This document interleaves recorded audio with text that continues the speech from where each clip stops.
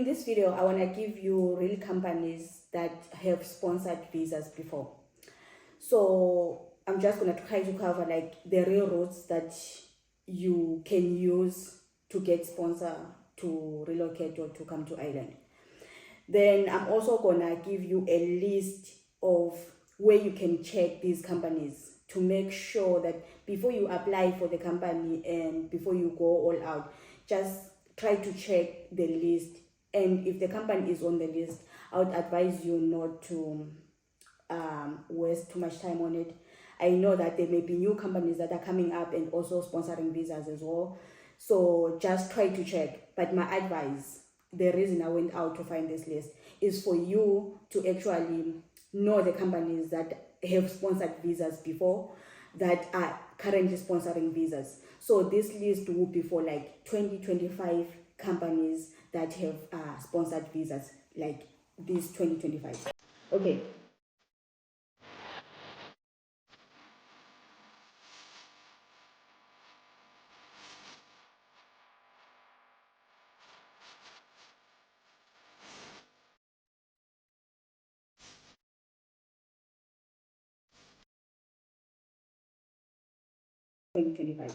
Okay, so let's get on to it before wasting too much time. I'm repeating this, but I'm repeating it again because it's very important. Industries that actually sponsor workers to come to Ireland or to relocate to Ireland, or that sponsor visas. Number one is healthcare. Healthcare, guys, is, I would say it's number one. I'm not 100% sure, but I'm definitely certain that healthcare is the number one sponsor to visas. So in healthcare, there is a general work permit, and there is also the critical skill visa permit. So the general one is the one that doesn't fall under the critical skill visa, but it's like a general permit that can give you sponsorship to relocate to Ireland.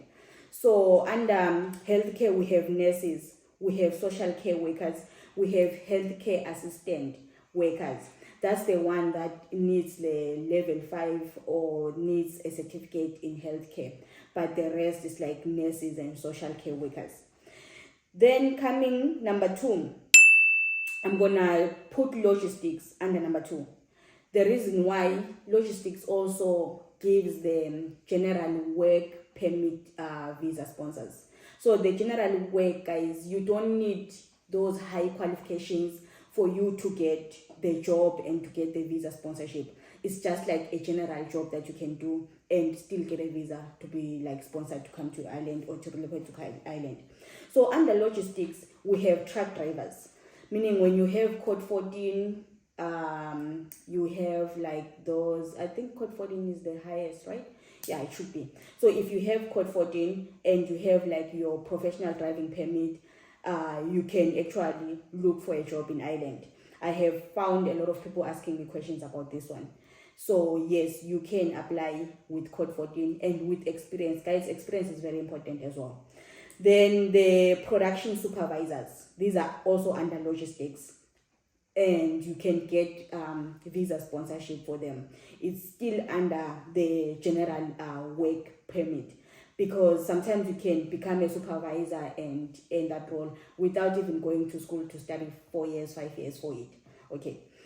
Then number 3, I'm gonna put construction and engineering. Construction and engineering, it's another one that I would say it actually employs and sponsors visas more than the logistics, but this one is now a critical skill visa.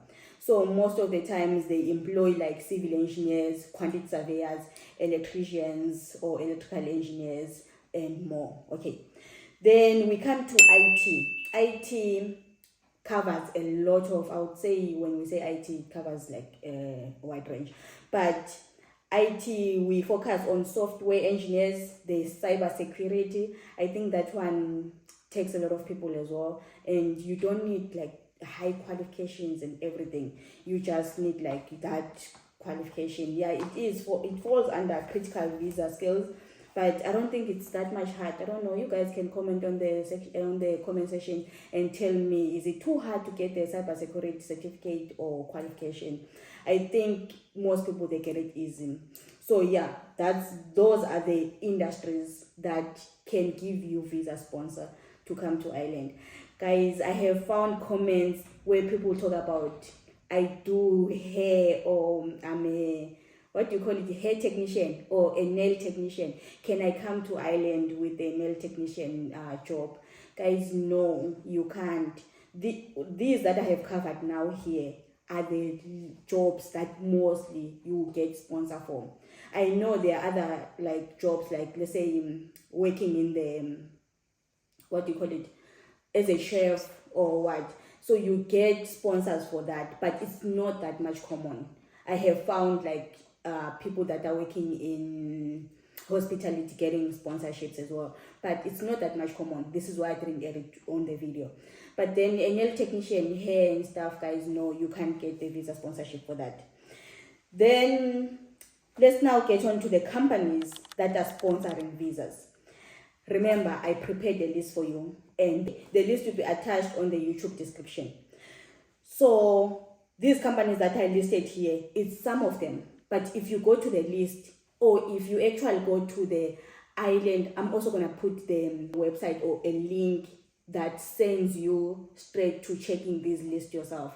I'm going to attach a list and also give you like a link that you can use to check these companies, because what I have listed here, it's some of the companies, but guys, there's a lot of them. Like the list goes up to like 100 companies that can offer the visa sponsorship. And on this list, you're gonna see the company name, how many or how much visas have they sponsored this year in 2025. On the link, you can also check for 2024, 2023, and the previous years. Okay, so under healthcare, I have HSE. Guys, HSE is a government company. It's like working for the government, but they do employ and they do offer visa sponsors. I have made a video on that as well. If you haven't watched the video, please go check the video. Then we have Communicare Healthcare. Then we have CPL Healthcare. This one, even if you check them on LinkedIn, they're always advertising. They're always looking for nurses. If you have a nurse qualification and you always wanted to relocate to Ireland, check it out. Then there is TTM Healthcare. There is Irish Wheelchair Association. There is Embrace Community Services. I know someone who works in this company. So they have sponsored visas this year, and the person has confirmed that they have seen people coming in and starting work with them, coming from other countries and coming through the visa sponsorship. So guys, please go to these companies and check them out, and also check the list, because there's a lot of companies offering these sponsors. Then let's come to construction. Construction, we have number 1 on the list, we have John Sisk & Son. Then number 2, we have Mercury Engineering, we have PM Group, we have Kibi Group Engineering. Guys, this is not the only list. I'm just giving you the ones that are on top, or the ones that I think they are on top.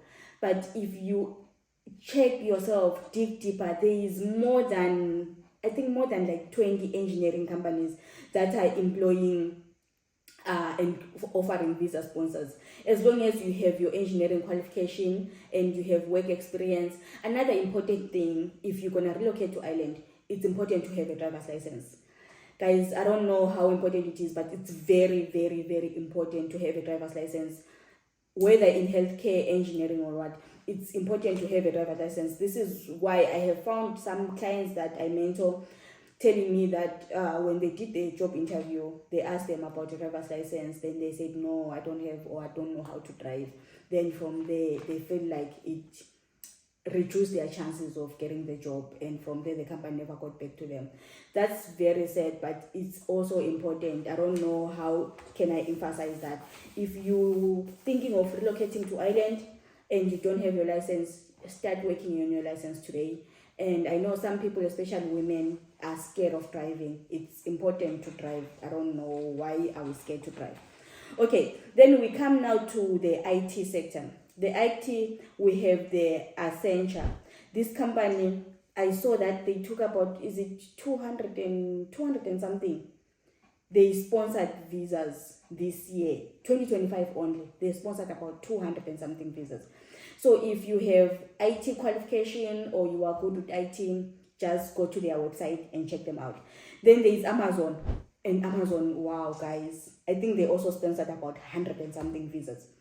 Then there is Workday. To be honest, I don't know much about this one, but it is on the list. And if you check those visas, like it's there on the list. Then there is HubSpot. There is Ericsson Island. I'm not sure if I'm pronouncing it right. English is not my first language, sorry about that. Then under logistics, we have Musgrave, we have PDP Island, we have DHL Island. So what I want to emphasize is that if the company is not on the list, please don't waste too much time on it. And also, if the company is on the list, I know people will send me messages asking me, can I have the link? Can I have this? Guys, it's important that when I give you the list of the companies that are employing, go to the company yourself and check the jobs that they have. Some of the companies, they upload jobs. If you go to the company's website, go to careers, you will see the jobs that are there that they are currently employing on.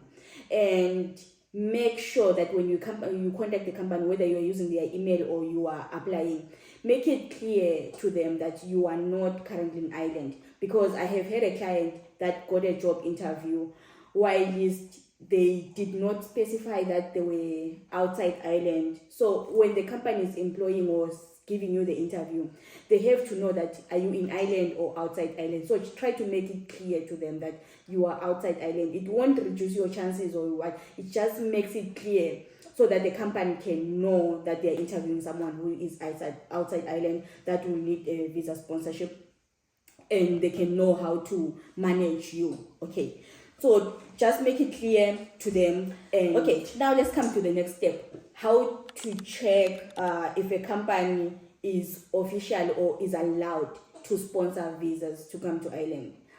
You can see this on their website, number one. Number two, you can also compare with the list that I have attached, that I have given you. So this is the list that you can compare it with. If the company is not on the list, don't waste too much time, unless if it's a new, because like I said, there may be new companies that are coming up that are starting to also sponsor visas, like this year or next year or whatever. But try to also compare with the list and check on their website. Most important, I always advise people, don't pay for visa sponsorship. Don't pay for a job. Don't pay to get interviews or to what. Don't pay money for anything. If the company is offering you, like sponsoring you to relocate to Ireland for a job, they should pay for almost everything. I know some of them, they may not pay for accommodation, but they should give you accommodation for like the first 1 month. So don't pay for anything. The company should be offering you and paying for everything. So that's very important as well. I have some notes here so that I don't forget, because I have a lot, guys, to say. Okay. Then the next part that I have put here that we're going to focus on is the salaries. The salaries, I'm putting them because it also guides you to check if the company is true to you, is legit or not. So under the general work permit, these are the ones that I said it's healthcare or logistic companies. So they should be paying they should be offering at least 30,000 euros per year. That's 30,000 euros per year on their salary. So whenever they tell you the salary in weeks or in hours, they can say we're paying 15 euros per hour. They can say we're paying this per hour. So try to calculate and see if it meets to like 30,000 euros per year. So they should be paying the minimum of 30,000 plus. What I have also noticed and what I have seen in other people that relocated to Ireland, they have mentioned that healthcare sometimes can pay about 37,000 plus. So if it's a healthcare job and they are paying 30,000, 37,000, it's okay. But if it's not, let's say it's a truck driving job, it should be at least 30,000 going up for you to see that, okay, this is legit. And they should not be asking you for any money. They should be just allowing you to, they should not be asking you any money. They should be sponsoring you with everything. Then for critical skills permit, the cut off, it says 38,000 euros to 44,000. So if you have if you fall under the critical skills permit, that's like engineering qualification or electrician or whatever. So the salary should start from 38,000. If it's lower than that, I might say you have to question it. But remember again, it depends on the company and on the job. Sometimes they may offer something less because they still want to see you and see how you do the work. Within 6 months to a year, your salary may increase. So this is just to guide you and to compare so that you don't get because these days there are a lot of scams, I have to say that. So you have to be very careful. Then let's focus on the last part, but the most important, how to apply.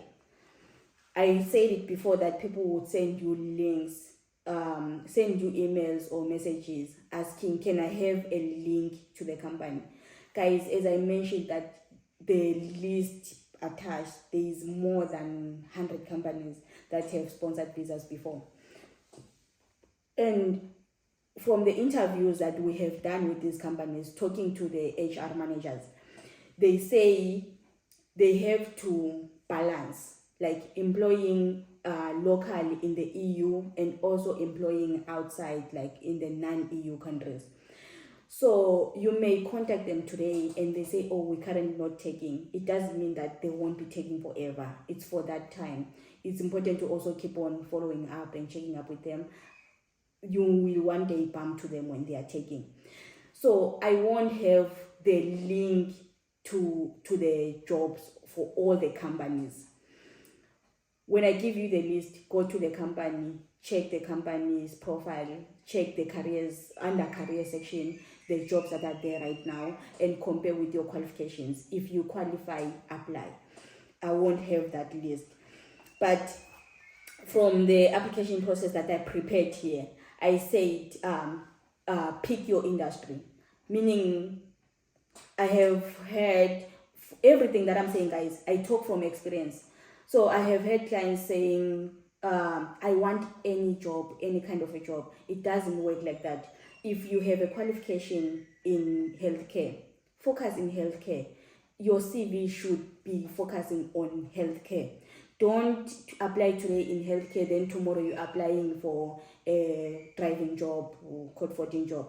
So focus on your qualification and your experience. Make sure that your CV is straight to that qualification and your experience says that.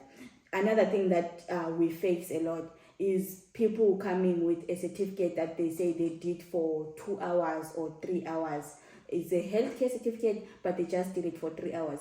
Then from there, they don't have any experience. They have never volunteered before. They have never worked in healthcare before. But they want a company that can offer them sponsorship to relocate to Ireland.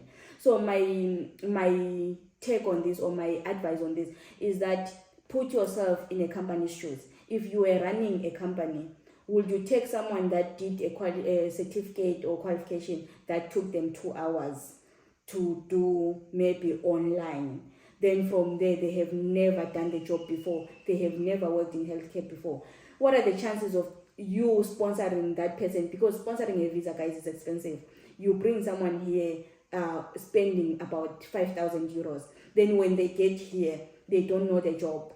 They have never worked in healthcare before. They start telling you that I cannot manage this job. I want to go back to wherever I came from, to my country.